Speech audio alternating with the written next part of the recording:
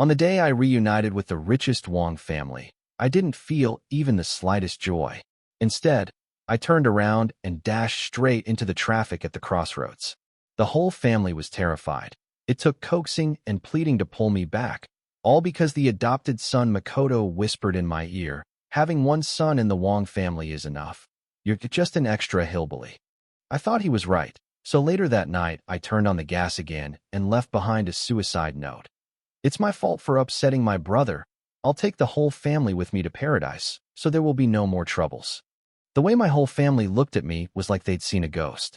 Later, at a banquet, the adopted son and his gang of hoodlum friends pushed me into the swimming pool, but I didn't struggle. I just let my body slowly sink. Makoto had no choice but to jump in after me in panic, yelling, "You idiot! If you really drown, Mom and Dad will hate me. Can't you at least struggle a little?" What he didn't know was that I had resisted before, but every attempt only ended in another tragic death, and my parents and sister always sided with him. This is my 10th rebirth. This time I've decided to completely give up and wholeheartedly seek death. But this time, aside from me, no one else can find peace. Chapter 1. My stomach burned as if set on fire, scalded by the chlorine in the swimming pool. My sister pulled me out, and I lay over the pool's edge, barely breathing, coughing up a mouthful of water. Makoto's face instantly turned paper white. His gang of troublemaking buddies panicked as well, all talking over one another. "We were just messing with you." Yeah, how were we supposed to know he'd actually jump in? Who drowns without even flailing around? Was he trying to scam us or something?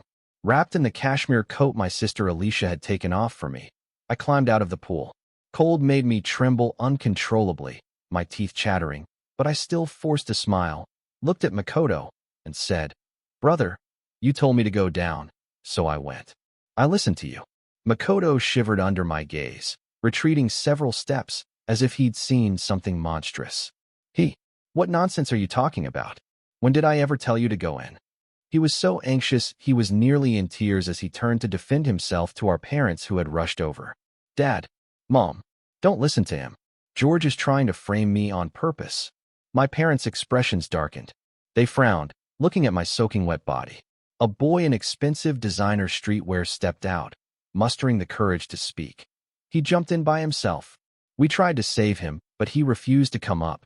I peeked out from behind Alicia, eyes innocent, and said, "I didn't refuse to come up. It's just that whatever brother tells me to do, I have to do it. Otherwise, brother won't be happy. If brother isn't happy, then sister and mom and dad won't be happy either." I looked at them genuinely asking, "So what should I do to make you all happy?" The surroundings fell dead silent in an instant. Everyone stared at me as if I had lost my mind. Alicia's body stiffened. She grabbed my arm, her manicured nails digging deeply into my flesh. "George, shut up," she shouted. Dad barked at the butler. "Take the young master back to his room. Call the doctor and have him checked." Then he turned to Makoto, his gaze unusually stern. "Makoto, you're coming with me." Makoto had always been the family's golden child. No one ever spoke harshly to him. Startled, his eyes reddened as he yelled anxiously, "Dad, it really wasn't me." Seeing the dark, heavy expressions on my family's faces, all I felt was exhaustion. "What do you want from me so you'll finally be satisfied?" Makoto's puppy went missing, yet I was the one collared, fed dog food, made to sleep in a doghouse, becoming his new plaything. He wanted to go camping with his friends, so he stuffed me into a sealed sleeping bag and kicked me down a slope. My head and body slammed against jagged rocks, pain so intense it numbed me, suffocating me. Looking at my twisted, mangled body, he only cast a condescending glance, and, "Looks like this sleeping bag's quality is terrible. I'll have to leave the seller a bad review. Good thing my little brother helped me test it." Whenever I resisted, Makoto would flip the narrative and frame me, and my parents and sister would take his side without question, scolding me. This time I hadn't resisted Makoto's torment at all. "Mom, Dad, sister, why are you still unhappy?" Chapter 2. After the doctor finished examining me, Mom walked in carrying a cup of hot milk and sat by my bed. She looked at me with a complicated expression and spoke. "George, tell Mom the truth. Do you really hate this family?" I shook my head.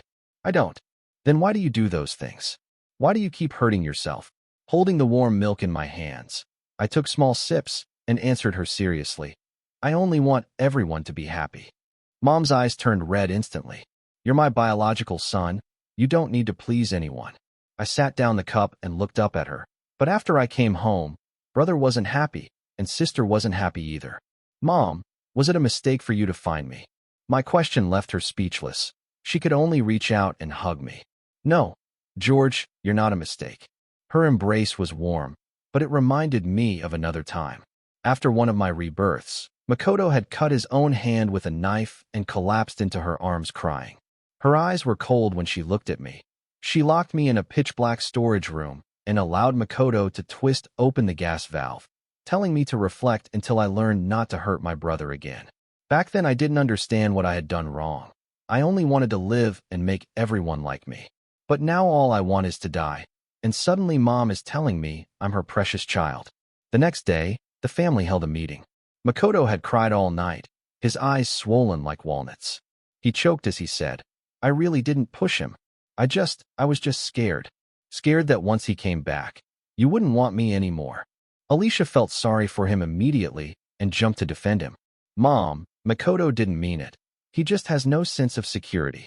Look at George, he's only been back a few days and everything in this house is in chaos. She pointed at me with open disgust. He's not normal at all. Dad rubbed his temples and sighed helplessly. We can't go on like this. Find a psychologist for George. He needs proper counseling. On the day of the appointment, I cooperated exceptionally well. The doctor asked and I answered, Why do you keep thinking about dying? Sitting on the soft couch, I smiled and said, Because it's the easiest way to make every problem disappear. The doctor pushed up his glasses, trying to guide me. But have you ever thought about this? If you die, the people who love you will be heartbroken. I blinked and asked curiously, Love me? Do you mean like the caretakers at the orphanage who said they loved me while watching me get beaten by other kids? Or like the trafficker who told me I was his good boy while shoving me into a dog cage? Or maybe like my sister. She warned me not to upset her beloved little brother, yet only pulled me out when I was about to drown. I leaned closer to the doctor and whispered, Doctor, they don't love me. They're just afraid I'll die in their house and cause them trouble. They think I'm sick and need fixing, but I'm not sick. I'm just following their orders to make them happy. I do whatever they tell me to do.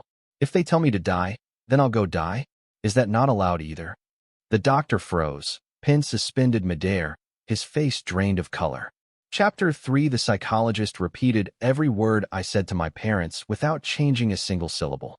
His final diagnosis was, I wasn't sick. I was simply using the most extreme method to protect myself and to retaliate against the world. My mental state was like a string pulled to its absolute limit. The slightest pressure could snap it completely.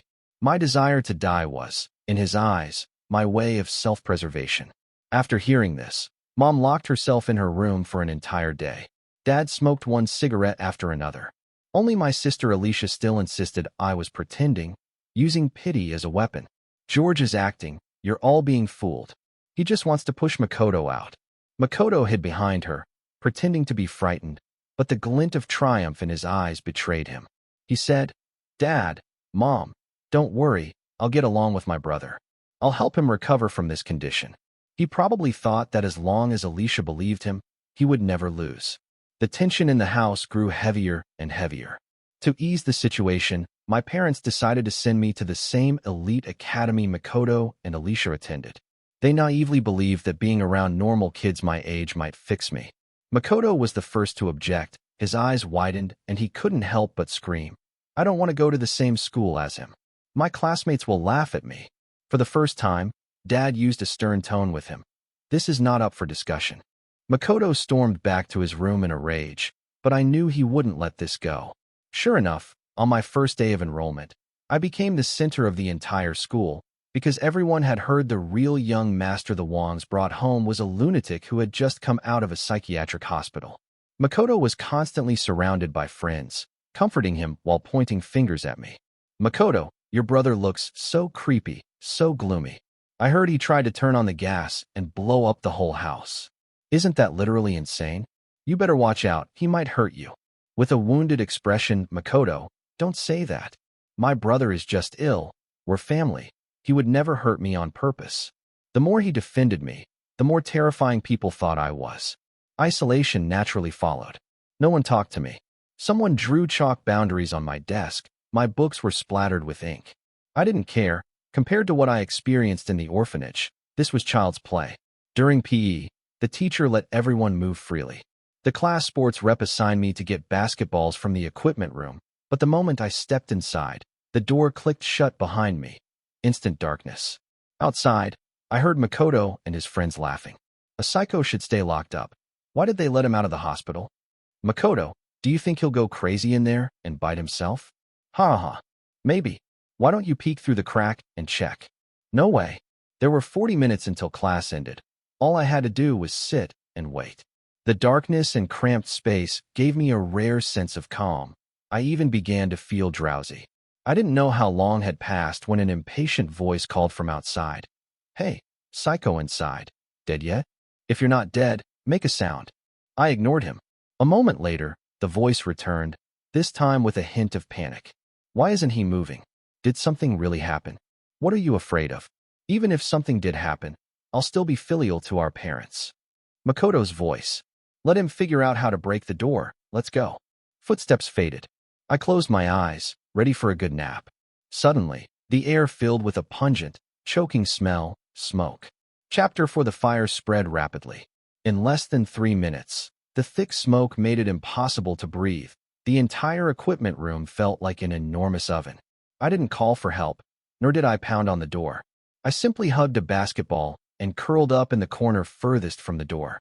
My consciousness began to fade. How nice. This time I could finally succeed. No jumping off buildings, no turning on the gas, no being dragged back from the brink. Quietly, without causing trouble for anyone. Just one more cycle to endure, and then I could finally leave this body behind and reincarnate. This body, covered in scars, wrists broken countless times, calves full of burn marks. I wouldn't have to live this painful, desperate life anymore. Just as I was about to lose consciousness, a loud boom shattered the door as it was kicked open. A silhouette charged in against the flames and yanked me up from the ground. It was Alicia.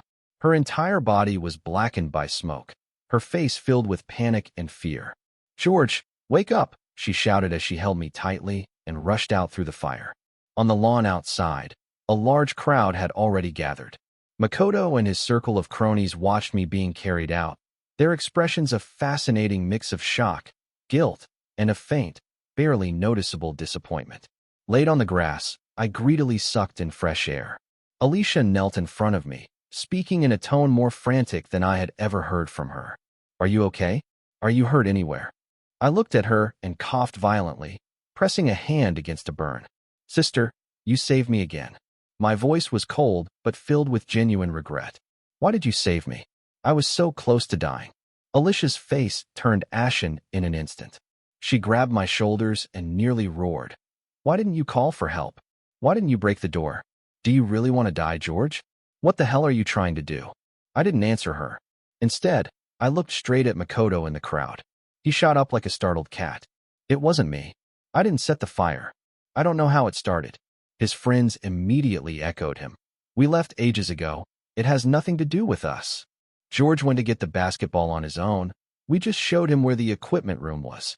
At that moment, a security captain rushed over, panting as he reported to the school leaders. We checked. It was caused by an electrical short circuit from old wiring in the equipment room. Just an accident. Relief washed over everyone. Makoto exhaled deeply, then immediately put on that familiar, fake, gracious expression. George, I'm so glad you're okay. It's our fault. We shouldn't have joked around and let you go get the basketball alone. As he spoke, he reached out as if to help me up. I pulled away.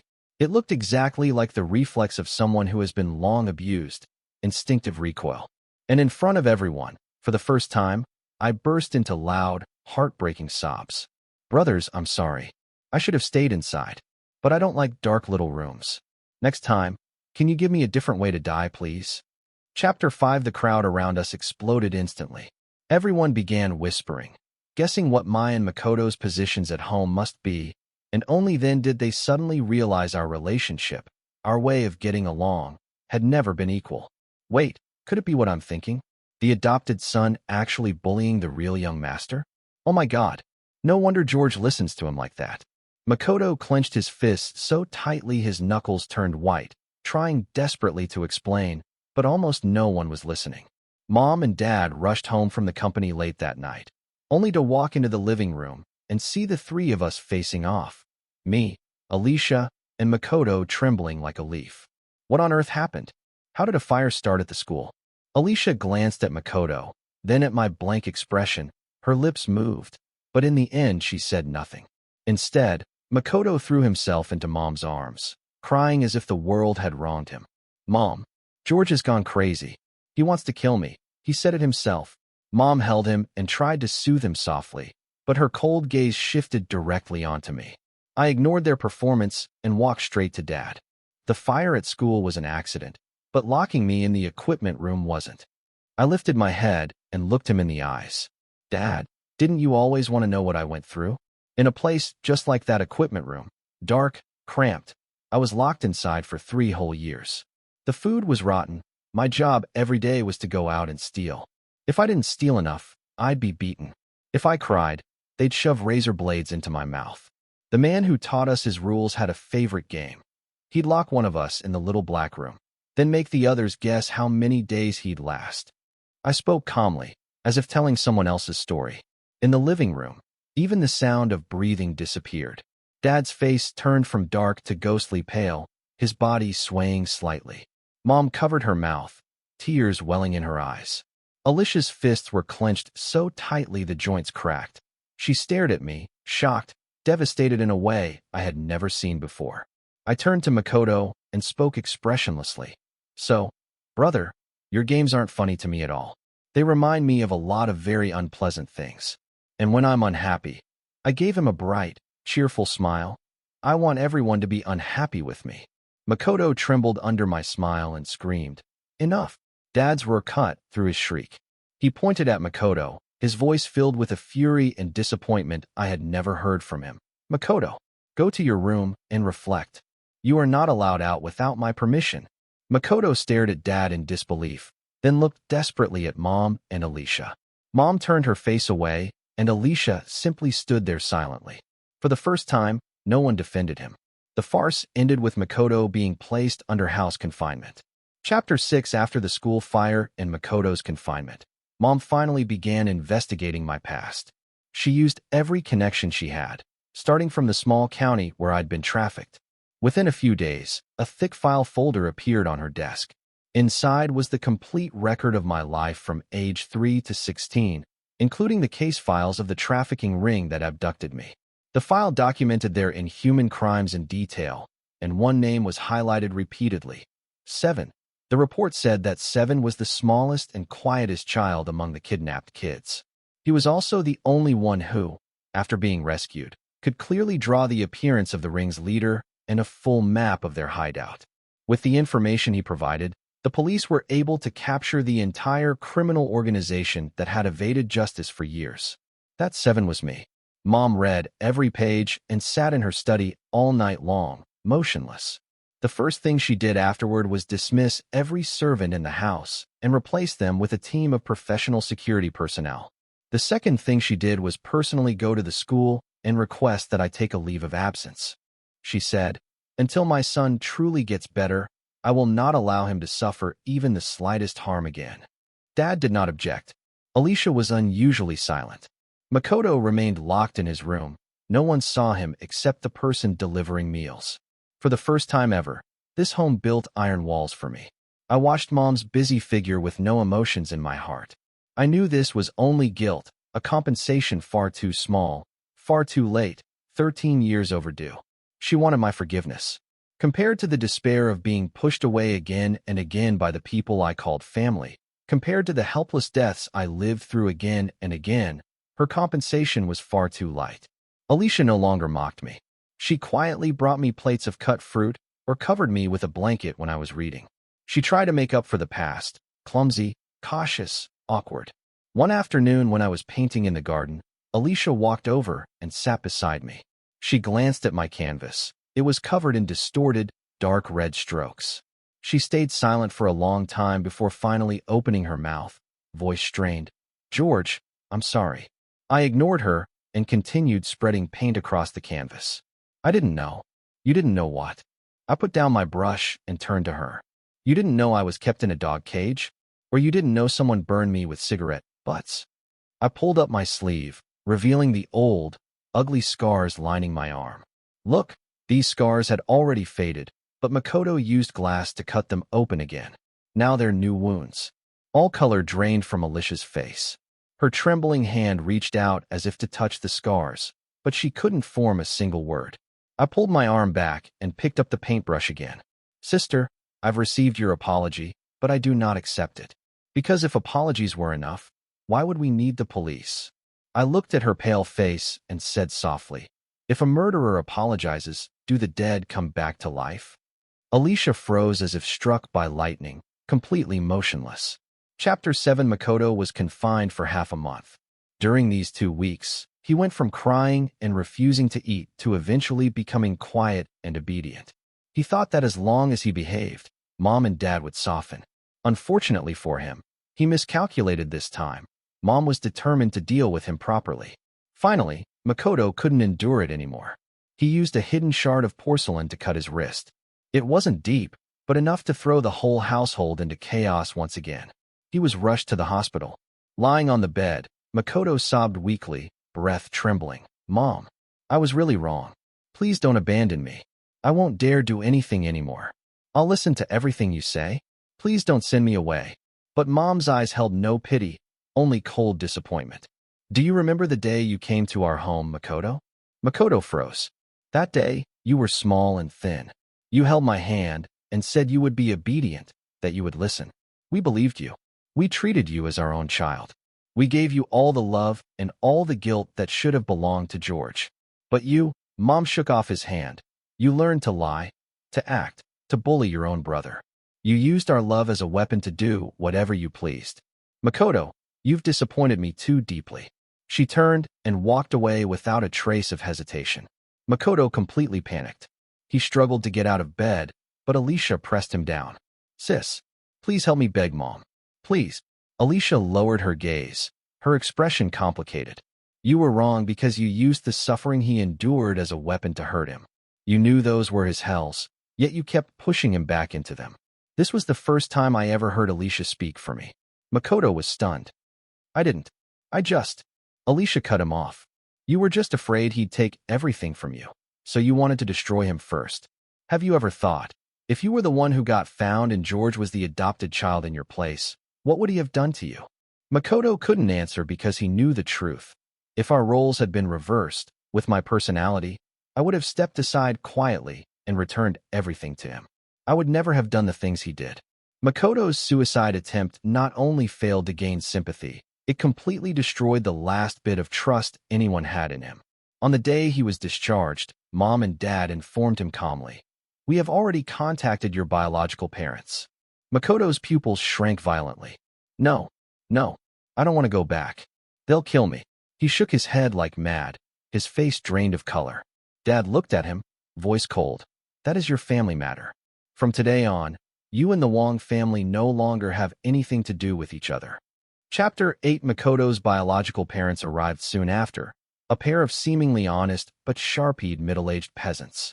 The moment they stepped inside, they bowed repeatedly to my parents, their faces full of obsequious smiles. When their eyes landed on Makoto, there was no joy of reunion, only a blatant, calculating appraisal, as if assessing the value of goods. In-laws, look at the trouble we've caused. Makoto's birth father rubbed his hands together, grinning. The kid's not sensible. Must have caused you a lot of trouble. Mom stared at them coldly. We are no longer in-laws. We called you here today to return your child to you. The couple froze for a second, then quickly plastered on even more flattering smiles. No. Makoto is better off with you. We countryside folks don't know how to raise kids. We're willing to sell him to you completely. Any price is fine. Bang. Dad slammed his fist on the table, the impact making the teacups jump. Get out. He pointed at the door, veins bulging on his forehead. Take your son and get out of here this instant. Terrified, the couple dared not say another word. They grabbed the screaming, struggling Makoto and dragged him toward the entrance. Makoto went hysterical. He clung to the doorframe with all his strength, his nails bending backward. Dad, Mom, Sis, I was wrong. I don't want to go with them. They're monsters. His once delicate face was twisted grotesquely by fear. Outside, a woman's curses and a man's impatient shouts echoed down the hall. What are you crying for? You useless brat. If you weren't so worthless, would we have to come all the way here? Hurry up. If we get back late, your brothers and sisters will starve to death. The voices faded gradually into the distance. The living room fell into a suffocating silence. Mom finally broke down, covering her face as she cried quietly. Dad slumped onto the sofa, looking as though he had aged 10 years in an instant. Alicia stood by the window, staring at the direction Makoto was dragged away, unmoving. I sat in the corner and watched everything. No sense of revenge, no sympathy, nothing. I stood up, ready to go back to my room. But Alicia suddenly turned around and called out, "George." She walked toward me, her bloodshot eyes swollen, her voice hoarse. "He came from that place too, didn't he?" I raised an eyebrow. "What place?" She forced herself to say it. "That place you talked about, that dark place. He was one of those children too." I looked at her and suddenly laughed softly. "Sister, you're only figuring that out now? Why do you think Mom and Dad coincidentally adopted him while searching for me all those years ago? Because he looked like me." Alicia's face went paper white. Chapter 9. Alicia's guess was correct. Makoto was indeed one of the children who had been trafficked with me. He was 1 year older than me. In that organization, his code name was 6. He was clever, good at reading people's expressions, sweet-tongued, adaptable. So compared to kids like me who only knew how to get beaten, he lived slightly better. By the time my parents followed the clues to that village all those years ago, I had already been taken elsewhere. They only found Makoto locked in a woodshed by his biological parents, beaten half to death. Because his eyes resembled mine, Mom had felt a surge of compassion. They paid a sum of money to buy him from his gambling-addicted parents, and then poured all the love and guilt that should have been mine into this substitute. They gave him the best life, raised him into a prince, never imagining they had raised a white-eyed wolf. Alicia looked at me with tortured eyes, then suddenly collapsed to her knees with a thud. I was startled and took a step back. She bowed her head, her voice full of repentance. "George, I'm sorry. You can hit me or take revenge however you want, as long as it makes you feel better." I looked at her, finding it almost amusing. "Sister, you must be mistaken. To me, you're the same as Makoto, the same as all the people who hurt me. You're all irrelevant. I don't care." I walked past her, ready to go upstairs, but she suddenly reached out and grabbed my ankle. "George, I know I deserve to die, but we're siblings, blood is blood. Nothing can change that. Please give me another chance, just." I lowered my head, looking at the hands gripping my leg. After a moment of silence, I said, "Okay." She jerked her head up, a flicker of hope lighting her eyes. I crouched down, meeting her gaze with a pure, angelic smile. "You want to make it up to me? That's simple." I pointed to the tall sycamore tree outside the window. "Jump from there. As long as you don't die, I'll forgive you." The joy on Alicia's face froze instantly. Chapter 10. After Makoto was sent away, the house became frighteningly quiet. Mom and Dad tried to make up for everything by doubling their affection and material care, but I remained like an outsider. They took me to the best psychologists. The doctor said my PTSD was severe and required long-term treatment, so every weekend Alicia drove me to therapy. We didn't speak at all during the rides. She acted like a dutiful chauffeur, and I like an emotionless passenger. That day, after the session ended, a sudden heavy rain began. Halfway home, the wipers swished frantically, but the road ahead was still a blur. We waited at a red light. I turned my head casually and saw a familiar figure outside the window, Makoto. He stood under a broken umbrella, tugging at a man outside a convenience store. The man wore a filthy tank top. On his exposed arm was a terrifying snake-shaped tattoo. It was him, the men who had taught us to steal, the men who had taught us fear. My blood froze instantly. The men looked impatient. He snatched something from Makoto's hand and shoved him roughly. Makoto fell into a puddle, soaked and crying miserably. The men didn't even look back. He just walked away. The light turned green. Alicia pressed the accelerator and the car began moving forward slowly. I suddenly said, "Stop the car." Alicia paused, glancing at me through the rearview mirror. "What did you say?" I said, "Stop the car." My voice was sharp, trembling with emotion. She frowned but pulled the car over. I unbuckled my seat belt, pushed the door open, and ran into the rain.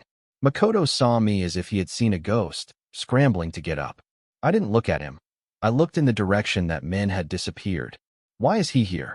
Makoto was drenched, shaking violently, lips turning purple. I don't know. I don't know. What did he want from you? He told me to steal stuff. I refused, so he hit me. He took all the money my parents gave me, he sobbed. I looked at his pitiful state, yet felt no sympathy at all. Fate was truly amusing. He stole my life, and now he was suffering the pain that should have been mine. At that moment, Alicia ran over with an umbrella. When she saw Makoto on the ground, her brows tightened. Get in the car, we'll talk there. She reached out to help him, but I stopped her. Don't touch him. I looked at Makoto coldly. This was his choice, wasn't it? Alicia froze.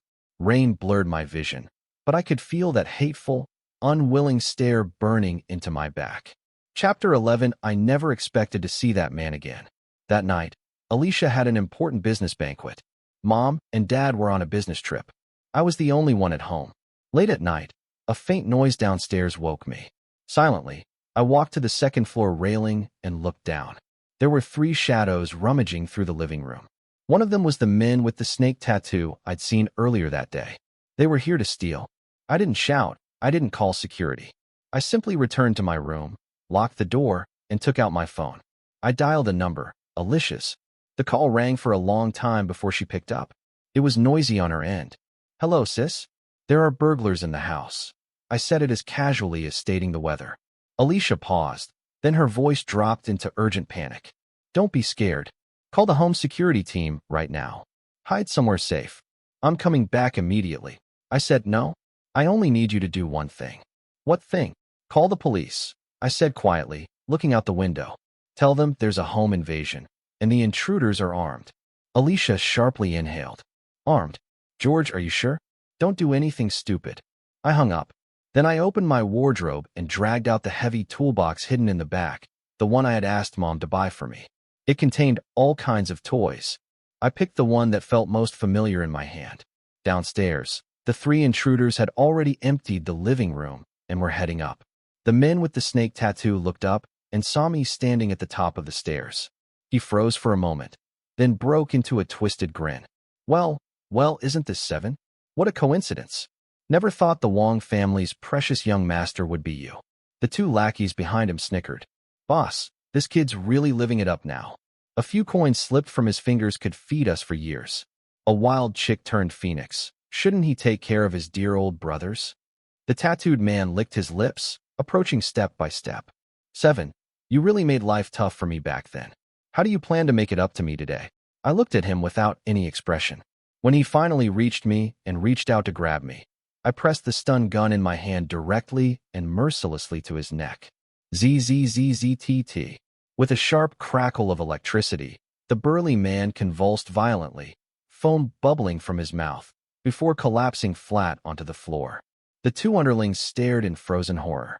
I shook the stun gun lightly, then smiled at them, the same harmless, innocent smile I had back then. Who's next? Chapter 12. The police and Alicia arrived almost at the same time.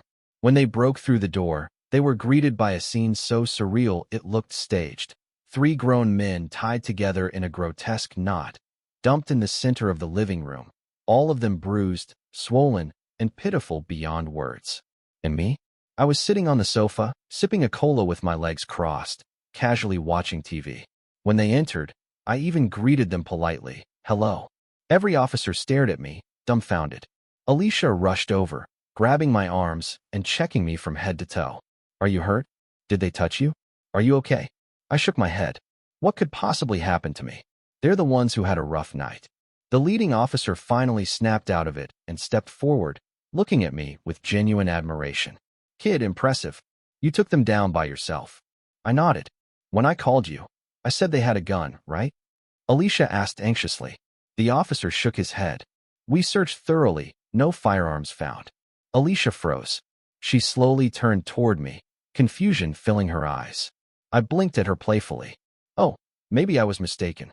It was dark, I said lightly. The police quickly hauled the 3 intruders away.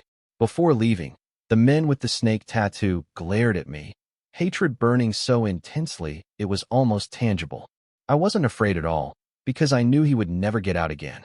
Armed robbery or not, his long criminal history was enough to bury him in prison until he died. Soon, the living room was empty except for me and Alicia. She stared at the mess, then at my calm expression, struggling to find her voice. George, you want to ask why I'm not afraid, right? I stood up and walked toward her. Sis, do you know something? Living hurts. It always has. I used to wonder every single day how I could finally die. But now I don't want to die anymore. I lifted my head and met her eyes. Each word came out sharp and crystal clear. Because I realized something. Watching the people who should have died disappear one by one is much more interesting than dying. Whether it's Makoto or them, anyone who hurt me will pay. Alicia stared at the cold smile on my face, a smile far too dark for someone my age. She took a step back instinctively. At that moment, she finally understood. I wasn't healed. I was simply continuing my madness in a different way. Chapter 13. A few years later, I received an admission letter from a university abroad. Before I left, Alicia came to see me off. She handed me a box. This is for Mom and Dad. They asked me to give it to you. Inside was an anonymous black card and a set of keys. They bought you a house abroad, right next to your school. I accepted the items and said, thank you.